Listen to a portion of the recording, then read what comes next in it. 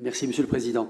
Il n'y aura pas de suspense, hein, je vous le dis tout de suite, notre groupe va voter pour cette délibération pour une raison très simple, c'est que, n'en déplaise à M. Scott, ce schéma n'est que le prolongement de ce que Stéphane Delot a lancé à la précédente mandature. C'est ainsi, il faut s'y faire. Il faut avoir un peu d'histoire aussi de la métropole, j'en ai un tout petit peu, vous vous en doutez.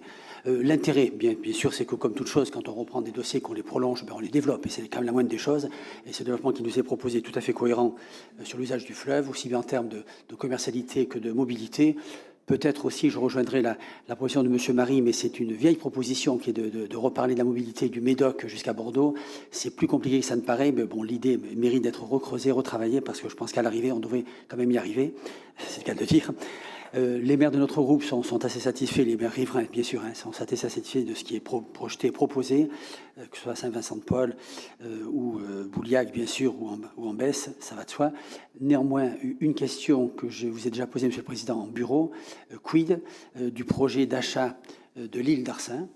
Y a-t-il vraiment un projet? Quel est ce projet? Je pensais que nous avions sanctuarisé cette île pour en faire un lieu de biodiversité.